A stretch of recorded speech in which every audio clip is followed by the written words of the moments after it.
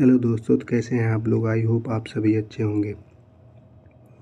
आज हम लोग एंशियंट हिस्ट्री का एनसीईआरटी के क्लास स्टार्ट करेंगे, जो 6 से 12 तक का कोशिश करेंगे कि 25 से 30 क्लास में हम लोग पूरी कंप्लीट कर दें। आइए इसके सिलेबस देखते हैं।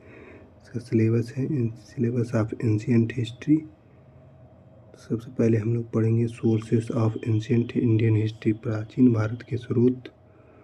उसके दूसरे बाद देखेंगे पूर्व ऐतिहासिक संस्कृतियों। उसके बाद तीसरा देखेंगे सिंधु घाटी सभ्यता। चौथा देखेंगे वैदिक युग। पांचवा धार्मिक आंदोलन। छठा महाजनपद। सातवां मौर्य काल। आठवां उत्तर मौर्य काल। नौवां गुप्तों का युग। 10वां गुप्तोत्तर काल। 11वां देखें दक्षिण भारत का इतिहास। आइए देखते हैं। पहला टॉपिक पढ़ेंगे। सबसे पहले पहला टॉपिक क्या दिया है, भारतीय इतिहास, प्राचीन इतिहास के स्रोत। अध्याय 1, प्राचीन इतिहास के स्रोत। प्राचीन इतिहास के स्रोत।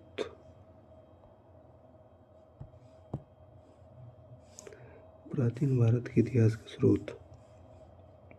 सबसे पहले हम इसका इतिहास का विभाजन पढ़ेंगे। इतिहास के विभाजन के बाद पढ़ेंगे इतिहास की रूपरेखा क्या है। इस रूपरेखा के बाद पढ़ेंगे स्रोत, क्या क्या स्रोत हैं इसके। उसके बाद पढ़ेंगे प्राचीन भारत के आधुनिक इतिहासकार। प्राचीन भारत के आधुनिक इतिहासकार के बारे में पढ़ेंगे। देखिए इतिहास का विभाजन में पहला है प्रागैतिहासिक काल। यह मानव संस्कृति का वह काल है जिसका कोई लिखित अभिलेख उपलब्ध नहीं है। इस काल के इतिहास का अध्ययन पुरातात्विक साक्ष्यों से ही किया जाता है। इस काल को 3 भागों में विभाजित किया गया है। पूरा पाषाण काल, मध्य पाषाण काल और नवपाषाण काल। उसके बाद है दूसरा आदि ऐतिहासिक काल। प्रागैतिहासिक और आधुनिक इतिहास के बीच का काल है। प्रागैतिहासिक काल इसके बीच का काल है। प्रागैतिहासिक और आधुनिक इतिहास के बीच का काल है। आधि ऐतिहासिक काल में लेखों का रिकॉर्ड मौजूद है, लेकिन बाद के युगों द्वारा इसे समझा नहीं जा सका। इस काल की अवधि 2500 ईसा पूर्व से 600 ईसा पूर्व। इसमें हड़प्पा आ जाता है। हड़प्पा के जो लेख हैं पढ़ा नहीं जा सकता है उसे।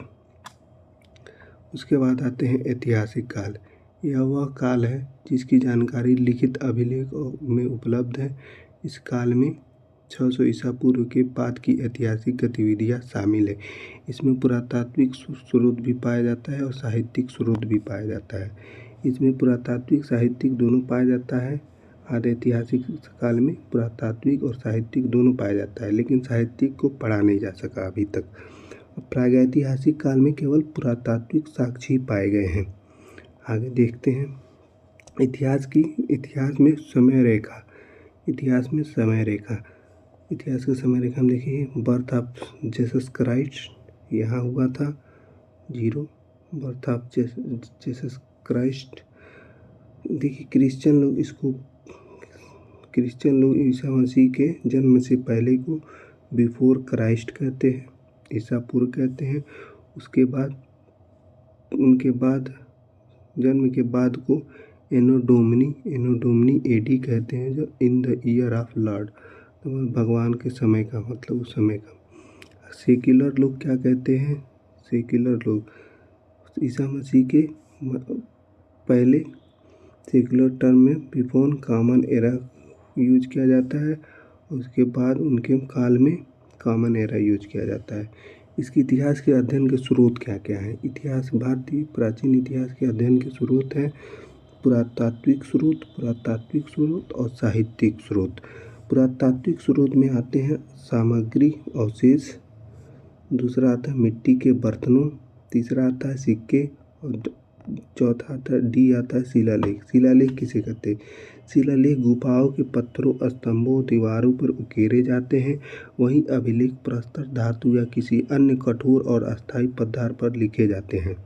साहित्यिक स्रोत में क्या क्या आता है? धार्मिक ग्रंथ हो गया, गैर धार्मिक धर्म ग्रंथ भी हो जाएंगे, धार्मिक ग्रंथ भी होगा और गैर धार्मिक ग्रंथ भी होगा। जैसे कौटिल्य का अर्थशास्त्र, सोमदेव का कथा करित सागर, अरे कथा सरित सागर है।